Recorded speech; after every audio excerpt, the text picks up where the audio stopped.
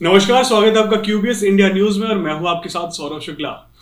बिहार में सुबह सुबह विधानसभा की तरफ से बिहार के लिए एक बुरी खबर आई है और ये बिहार विधानसभा की तरफ से बिहार की खबर ये है कि मुजफ्फरपुर के एक विधानसभा बोचहा विधानसभा से वीआईपी विकासशील इंसान पार्टी के एक विधायक थे मुसाफिर पासवान, उनका आज सुबह सुबह निधन हो गया है। ये पूरे बिहार के लिए एक बहुत ही बुरी खबर है, पूरे एक शोक की खबर है। और इसके साथ ही मुसाफिर जो पासवान है उनके परिवार के लिए भी काफी एक दुखदायक खबर है। महज 58 साल के थे ये मुसाफिर पासवान और वीआईपी पार्टी से इनका ताल्लुकात था। इन्होंने मुकेश सहनी की पार्टी जो है विकासशील इंसान पार्टी, उससे चुनाव लड़ा था बोचहा में और वहां से ये चुनाव जीते थे।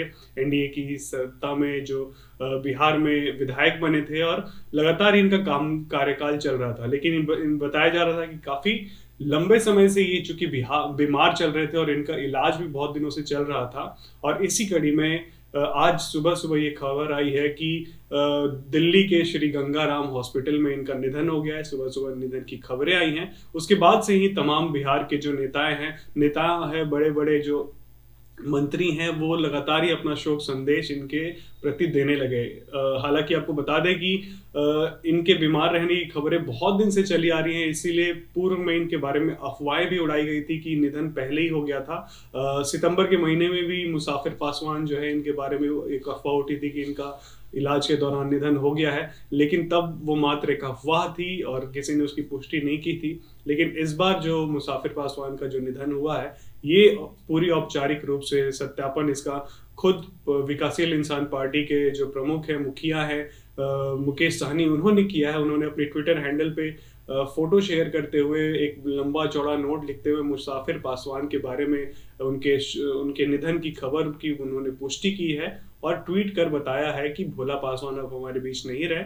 और साथ ही उन्होंने ये जो मुसाफिर पासवान है उनके निधन को बिहार के लिए एक बड़ी क्षति बताया, बिहार विधानसभा की के लिए क्षति बताया है और बोचहा की जनता के लिए क्षति बताया है। तो बोचहा विधानसभा से विधायक थे मुसाफिर पासवान, जिनका आज सुबह सुबह ही निधन हो गया है। और आज तमाम नेता जो है मंत्री हैं बिहार के, साथ ही पूरे देश के, उन्हें अपना शोक व्यक्त कर रहे हैं, अपना शोक उनके प्रति समर्पित कर रहे हैं। अब इससे बिहार पे क्या असर पड़ा है कि बिहार में आज आपको बता दें कि विधानसभा की कार्रवाई शुरू होनी थी और आज बिहार ऐसा पहला राज्य बनने जा रहा था जहां की विधानसभा की कार्रवाई डिजिटल होने जा रही थी। इसकी जो सूचना थी वो विधान परिषद के अध्यक्ष विजय सिन्हा ने अपने खुद से दिया था।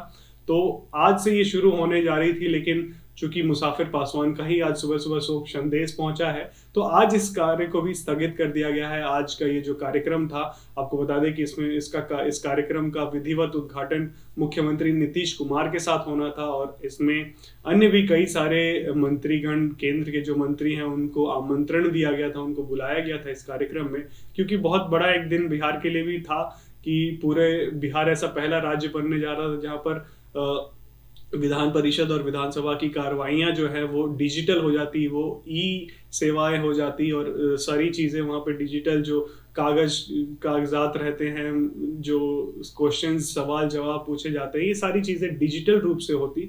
लेकिन आज चूंकि मुसाफिर पासवान का निधन हो गया है, तो इस कार्यक्रम को आज स्थगित कर दिया गया है और इसको आने वाले समय में कब किया जाएगा इसकी अभी तक कोई सूचना नहीं मिली है। तो फिलहाल अभी तक की खबर यही है कि मुसाफिर पासवान का आज सुबह सुबह शोक संदेश मिला है, जो कि खुद विकासशील इंसान पार्टी के मुखिया, उनके पार्टी के जो नेता हैं, उन्होंने ट्वीट करके इसकी पुष्टि की थी। उसके साथ ही मुसाफिर पासवान हमारे बीच में नहीं रहे। सारे नेता जो है, सारे विधायक और मंत्री बिहार के, उन्होंने अपना शोक व्यक्त किया है मुसाफिर पासवान के लिए।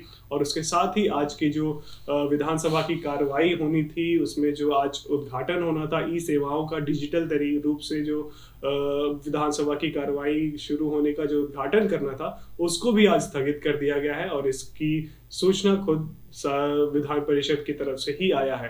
आप देख रहे थे क्यूबीएस इंडिया न्यूज। अभी तक के लिए सिर्फ इतना ही, और अन्य खबरों के लिए बने रहिए हमारे साथ। हम आपको तमाम सारे अपडेट्स आपको लगातार ही आप तक पहुंचाते रहेंगे। बहुत बहुत शुक्रिया आपका हमारे साथ बने रहने के लिए। इसके साथ ही इसके सारे अपडेट्स आप लोग अर्नब मीडिया नेटवर्क और सब तक पर भी देख सकते हैं। शुक्रिया।